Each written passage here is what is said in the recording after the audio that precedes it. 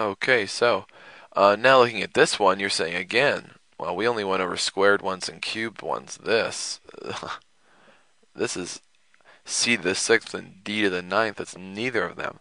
However, it actually is. Okay, you can rewrite c to the sixth as something squared. You could do c cubed squared, but you can't redo 9 as something cubed. So my point is, or sorry, 9 as something squared. So my point is, the only way we can rewrite each of these variables is something cubed. Your other clue, can you rewrite 27 as something cubed? Can you rewrite 8 as something cubed? Yeah. But can you rewrite them as something squared? No. You can't rewrite either of those as something squared. So this is your clue that you want to rewrite these items as something cubed. So how can you rewrite these as something cubed? Well, I can rewrite this as c squared cubed because 2 times 3 is 6. Over here, I can rewrite d to the ninth as something cubed because 3 times 3 is 9. So the point is, I can rewrite each of those variables as something cubed, and then 8 I can rewrite as 2 cubed.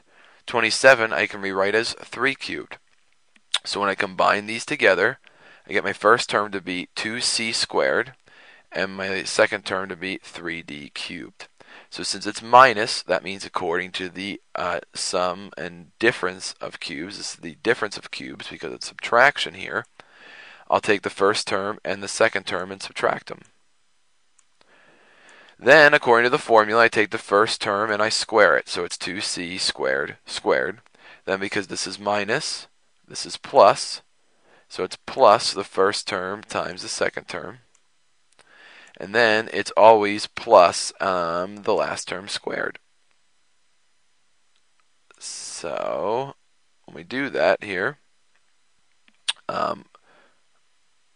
we get 2c squared minus 3d cubed.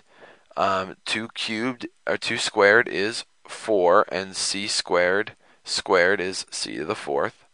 I multiply those together. 2 times 3 is 6, and the variables, there's nothing that goes together, so that's c squared and d cubed, so they just come together. And then 3 squared is 9, and d cubed squared is 6, so we end up getting 9d to the sixth, and that should be addition right there at the end, not subtraction. Okay, so factoring by trial and error. Back to this again. You can do trial and error here. I'm going to show you how to do trial and error with factoring here, for example, 12. I don't think it's the best thing to do. I like slide and divide when you're doing these problems. But by trial and error, you take those two, and you're looking for two numbers that multiply to give you a negative 18, because you multiply them together. 6 times negative 3 is negative 18. Then you're also looking for a number that adds to give you a negative 7. Well, the X method, there it is. What multiplies to give you negative 18 that adds to give you negative 7? Well, the only things that come to my mind are negative 9 and a positive 2, right? Negative 9 times 2 is negative 18. Negative 9 plus 2 is negative 7. Okay, so it works. So what I do know is I can separate negative 7x into a negative 9x and a positive 2x. And this is that factoring by grouping that we did from the beginning. So I group the first two and I group the last two. So what does this first two have in common that I can pull out? Well, I can pull out a 3 from both of them, divide them both by a 3. And they also have an x I can take out of both of them. So I can take a 3x out, leaving me 6 divided by 3 is 2, and I still have an x left over. 9 divided by 3 is 3. Well, I need these to be the same. Well, if you notice, this doesn't have anything in common, right?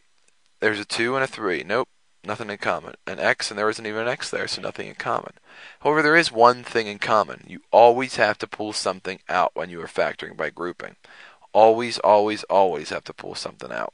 So, if there is nothing that you see in common, there is always one number that is in common with everything, and that is a 1. You could pull a positive 1 out of both of these if you wanted. So if you pull a positive 1 out, and the reason why that works is what's 1 times 2? 2. What's 1 times negative 3? Negative 3. Now you can combine these together. I take the first two items and put them together to get a 3x plus 1.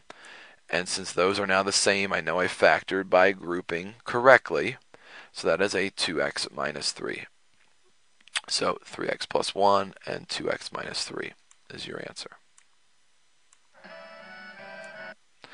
So trying this one out, once again, this is when they start to get real crazy, but you can factor by trial and error here as well.